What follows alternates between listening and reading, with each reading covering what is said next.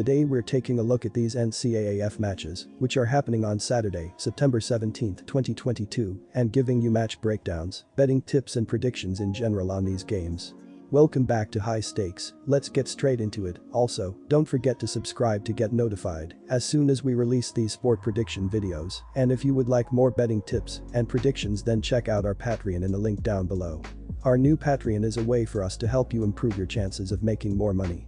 Multiple plans are available for each and every one of you. You can get 30 extra betting picks all the way up to 360 extra betting picks per month. Stop wasting hours of your time searching for bad betting picks that ends up costing you a lot of money. Join the High Stakes Patreon now and get the best betting picks. Going back to our video, we will give you 2 betting picks for each game, a team pick and a total pick based on facts and detailed explanation. So make sure to watch our videos till the end so you don't miss any of our picks. Old Dominion, ODU, versus Virginia. The Old Dominion Monarchs will travel to take on the Virginia Cavaliers on Saturday afternoon in a matchup between two 1-1 teams. It's been a struggle through the air thus far for the Cavalier offense, as they're averaging a less than ideal 213 yards passing per game now after last week's disaster in Illinois. Speaking of that game, Virginia totaled a mere 222 yards of offense on that day and went a brutal 1/16 on third down conversions. They also added 3 more tallies in the turnover column, as they're up to 5 now on the year. As for the Monarchs, they come into this one ready to rebound after a tough loss to East Carolina in Week 2. They did, however, defeat Virginia Tech in Week 1 and showcase the ability to not only hang with bigger schools, but take them out altogether. Old Dominion isn't going to blow anyone away by the numbers, but they do have an absolute playmaker at wide receiver in Ali Jennings. In just the first 2 games of the 2022 campaign, Jennings already has a stat line of 13 to 322-3. He's been a tremendous reason why the Monarchs have covered in 6 of their last 8 games. Additionally, they're a perfect 5-0 ATS in their last 5 matchups against Power 5 competition. Virginia, on the other hand, is just 1-4 ATS in their last 5 contests overall and have failed to cover in 3 straight games at home. Look for a competitive, low-scoring matchup in this one. Take the points with Old Dominion. Our team pick is Old Dominion plus 8.5 points. Points have been hard to come by so far this season for the Monarchs, as they've amassed a total of just 41 through the first 2 games. But that's no surprise when a team is this one-dimensional, as ODU ranks near the bottom of the country in rushing to this point, 56.5 yards per game. Luckily for them, the offensive unit for this Virginia squad should be right on par with them in terms of underwhelming play. Even when the Cavaliers put up 34 points against FCS Richmond in Week 1, the under was still the outcome. In fact, the under is now 11-4 in their last 15 games and 4-1 in their last 5. It has also hit in 7 of Old Dominion's previous 10 games. This matchup will be more about the lackluster offensive play rather than anything spectacular happening defensively. But either way, a low point total should be the final result. Play the under with confidence. Our total pick is under 53 points. Rutgers versus Temple. The Rutgers Scarlet Knights take on the Temple Owls in a Week 3 matchup. Rutgers has opened the season 2-0 with wins over Boston College and Wagner. Rutgers' win total going into the season was only 4.5 wins, and they are already getting close to that. Temple is 1-1 this season with a 30-0 loss to Duke and a 30-14 win over FCS team Lafayette. Temple is quickly looking like one of the worst teams in FBS, and this game will be a true test for both teams to see where they stand. Rutgers opened the season with a 22-21 win over Boston College, which was a dark horse to win the ACC this year, but has since lost another game. Rutgers' defense has looked very good so far, allowing on average 14 points and 228.5 yards per game. They have given up just 24 yards rushing per game. Temple did not score any points in the season opener, their only FBS game this season, and their offense does not look good enough to score much in this game either. The Scarlet Knights are 4-2 ATS in their last 6 games against Temple. Take them to cover in this game. Our team pick is Rutgers minus 17.5. Rutgers is a control the line of scrimmage type of team. They like to run the ball, play good defense, and keep the other team's offense off the field. Temple's offense has trouble scoring points at all, and if Rutgers' game plan works, Temple might only get the ball once or twice per quarter. Rutgers used to be the butt of a lot of jokes.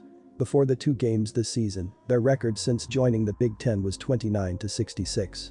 A constant embarrassment to Big Ten fans claiming their conference was superior, but the tide appears to be turning for the Scarlet Knights. A bowl appearance last year, as a COVID alternate, gave Greg Schiano's players experience in the postseason.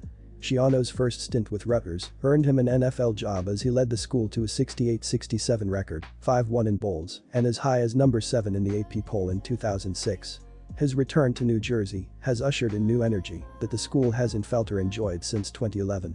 Playing in an NFL stadium as a college football team seems like a great deal, but predominantly empty stands, the lack of a home environment, and the reminder that you are not an NFL player is a sobering reality for most players on the Temple Owls. A 30-0 smackdown loss at the hands of the Duke Blue Devils left the Owls spinning.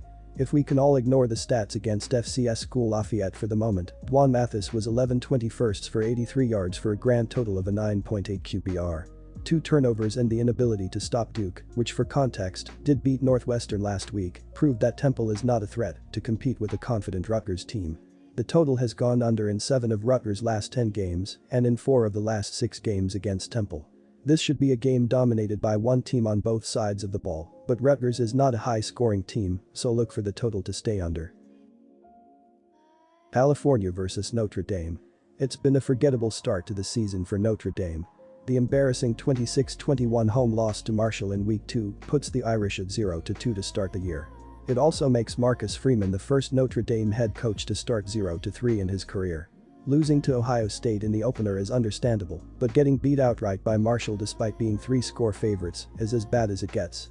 To make matters worse, the Irish will now have to make do without starting QB Tyler Buchner, who's likely out for the season with a shoulder injury suffered in the Marshall loss. It's now Drew Pine as the starter, and his inexperience may be an issue right away. Plus, Notre Dame's offense has taken a big step back from last year.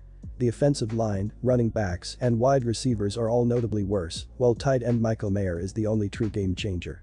If opposing defenses focus on Mayer, then the offense will struggle to build and maintain leads against lesser teams as it was versus Marshall. The California Golden Bears are off to 2-0 start, but they have yet to play anyone of substance. That will change this week. Cal started the year with a 34-13 home win over UC Davis, and they followed that up with a 2014 home win over UNLV. The offense has struggled in their first 2 games, but the defense has been very tough, and that could be a key factor in this one against a bad Notre Dame offense. The Bears allowed the Rebels just 309 yards of total offense, 17 first downs, and racked up 3 sacks.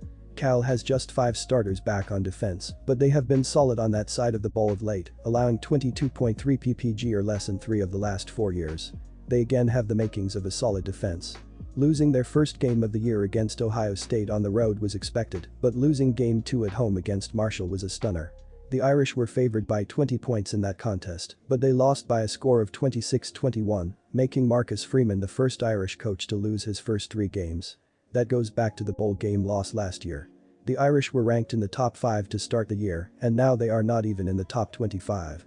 For the Irish to get back into the top 25 this year, they will have to find much more offense than they have produced so far.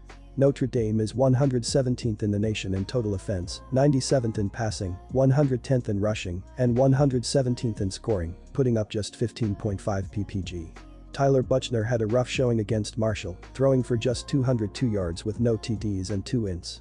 Buchner got injured in the game and is out for the season, so now it is Drew Pine that will run the show. Pine threw for 224 yards with 2 TDs and no ints in 2 games last year, so he has some experience. He is not the running QB Buchner was, but he does have a good arm, and that should help the Notre Dame passing attack. Meanwhile, California is now 2-0 to start the season after getting by UC Davis and UNLV. Though those aren't the toughest of tests, the Golden Bears have looked more consistent than the Irish and are playing with much more confidence. Notre Dame's first 2 games have hit the under, and this week should continue the trend.